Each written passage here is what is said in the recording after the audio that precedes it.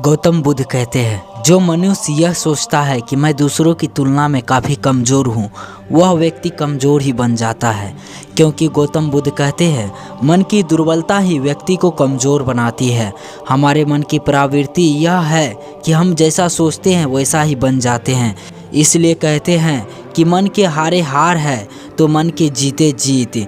यदि कोई व्यक्ति अपने मन से यह कहेगी, मैं तो दूसरों की तुलना में अधिक ताकतवर हूँ, तो वह दूसरों से अधिक ताकतवर बन जाता है। क्योंकि इस दुनिया में सारा खेल मन की विचारों का ही है।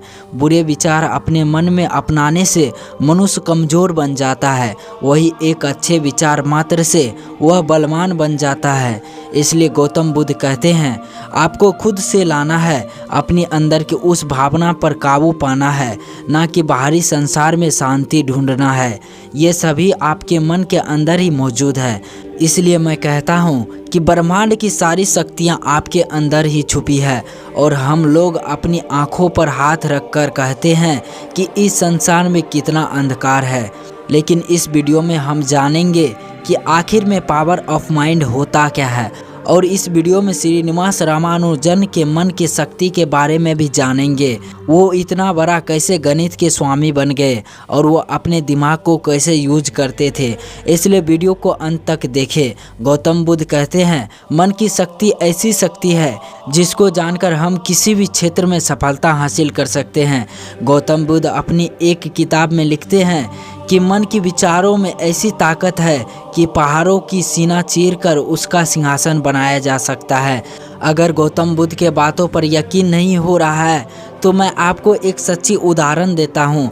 आप लोग ने दशरथ माझी के बारे में जानते ही होंगे, जो बिहार के गया जिला का एक गांव गहलोर के रहने वाले थे। उन्होंने पूरे पहाड़ को सिर्फ छेनी हथौड़ी से काटकर पहाड़ के बीच में से रास्ता बना दिया। अगर आप लोग बिहार आए तो एक बार इस रास्ता को देखने जरूर जाइएगा, क्योंकि तब मालूम चलेगा कि मन की ताकत में कितनी शक्ति होती है। गौतम बुद्ध कहते हैं, मन दो प्रकार के होते हैं, चेतन मन और अवचेतन मन। गौतम बुद्ध के अनुसार चेतन मन वह मन है जिससे हम जागरूक होकर सोचते हैं, वही अवचेतन मन वह मन है जिसमें हम अनजाने में सोचते हैं। चेतना ही हमारे मन के विचारों और कार्यों को नियंत्रित करता है, लेकिन अवचेतन मन हमारे जीवन पर बहुत अधिक प्रभाव डालता है। जब हम अपने चेतन मन के सकारात्मक विचार सोचते हैं तो उस विचार को अवचेतन मन ग्रहण कर लेता है।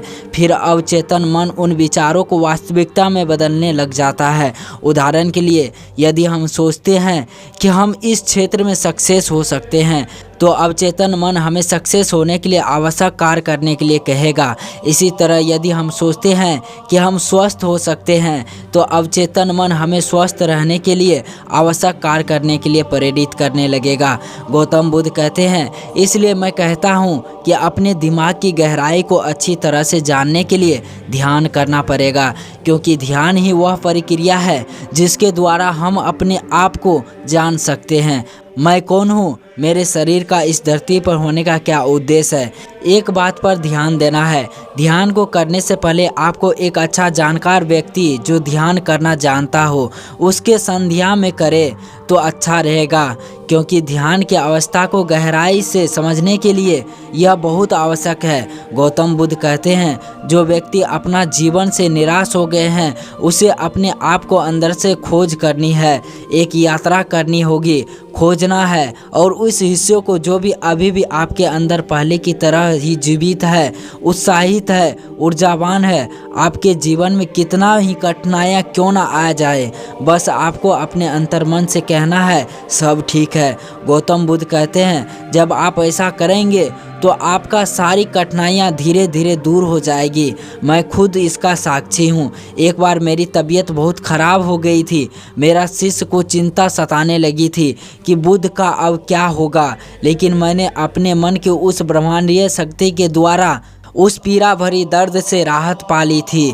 ऐसा कोई भी कर सकता है, क्योंकि यह शक्ति सभी के अंतर्मन में मौजूद है।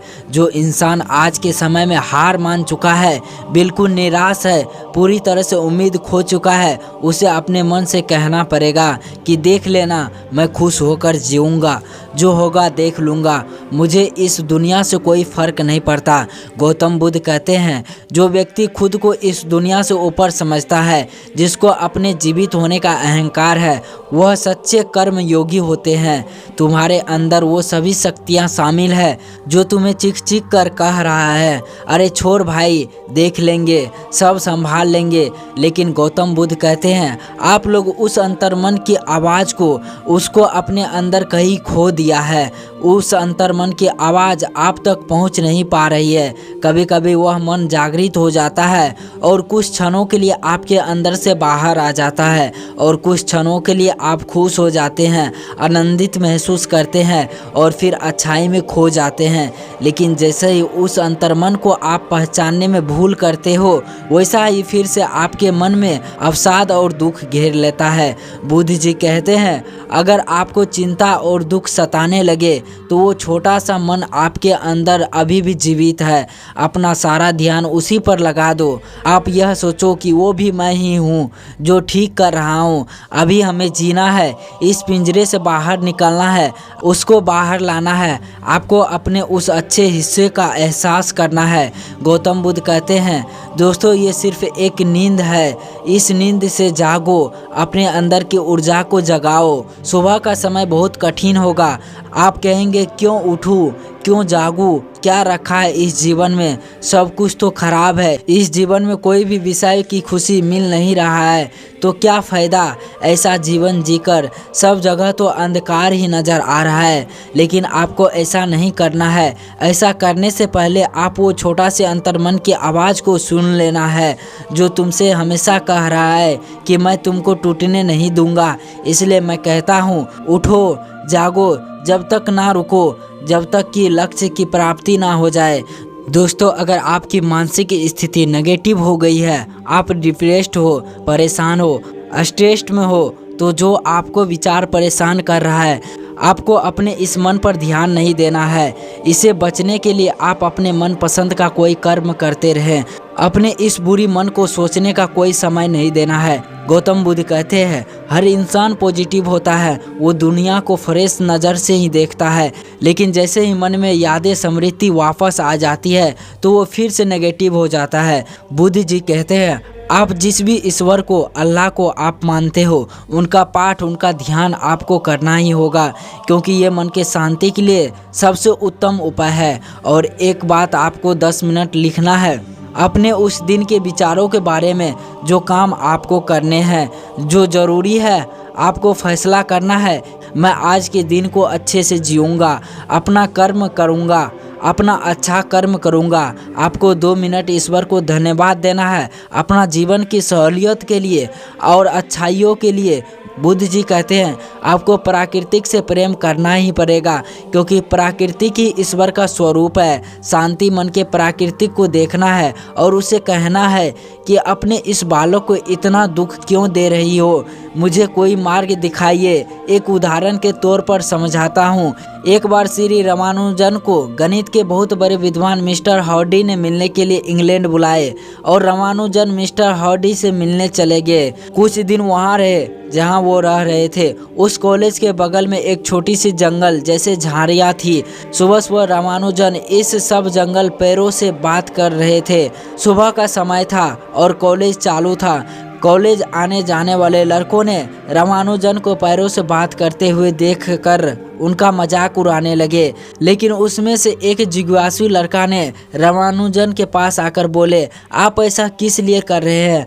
क्या ये पौधा आपकी बातों को सुन रहा है? रामानुजन मुस्कुराए और बोले कि अगर आप अपने मन के उस अंतर आत्मा से किसी से बात करें तो वो आपकी बात को ज़रूर सुनता है, चाहे वो इस सृष्टि की कोई भी चीज़ हो, क्योंकि सृष्टि को बनाने वाले प्राकृतिक ही है। इस प्राकृतिक में सभी ब्रह्मांड की चेतना मौजूद है, जिसको हम अपने अंतर्मन से देख सकते हैं। बुद्ध कहते हैं, साकार रूप का ध्यान करो, उस निराकार रूप से एक होने की कोशिश करो।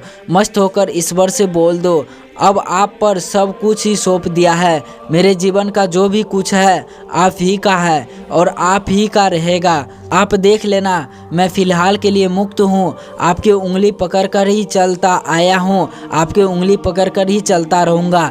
मेरा आपके सिवा कौन है? इस दुनिया में कोई अपना नहीं है। सिर्फ आप अपने हो। मैं आपकी गोद में चैन से सोने जा रहा हूँ। हे ईश्वर, हे प्रभु, अब सब कुछ हर विषय मृत है। बच्चे, नजरों का सोचो जो तुम्हें पसंद है। समुद्र पसंद है, समुद्र को देखो। प्राकृतिक को देखो, पहाड़ पसंद है, पहाड़ों को देखो। खो जाओ उन नज़ारों में। वीडियो कैसी लगी कमेंट जरूर करें। कमेंट में नमो बुद्धाय जरूर लिखें। वो आपकी बात को ज़रूर सुनता है, चाहे वो इस सृष्टि की कोई भी चीज़ हो, क्योंकि सृष्टि को बनाने वाले प्राकृतिक है। इस प्राकृतिक में सभी ब्रह्मांड की चेतना मौजूद है, जिसको हम अपने अंतर्मन से देख सकते हैं, जिसको हम अपने अंतर्मन से देख सकते हैं। गौतम बुद्ध कहते हैं, साकार रूप का ध्यान करो और निराकार रूप से एक होने की कोशिश करो। मस्त होकर ईश्वर से बोल दो, अब आप पर सब कुछ सौंप दिया है। मेरे जीवन का जो कुछ भी है आप ही का है और आप ही का रहेगा। आप देख लेना, मैं फिलहाल के लिए मुक्त हूँ। आपकी उंगली पकड़कर ही चलता आया हूँ, आपकी उंगली पकड़कर ही चलता रहूँगा। मेरा आपके सिवा कौन है इस दुनिया में।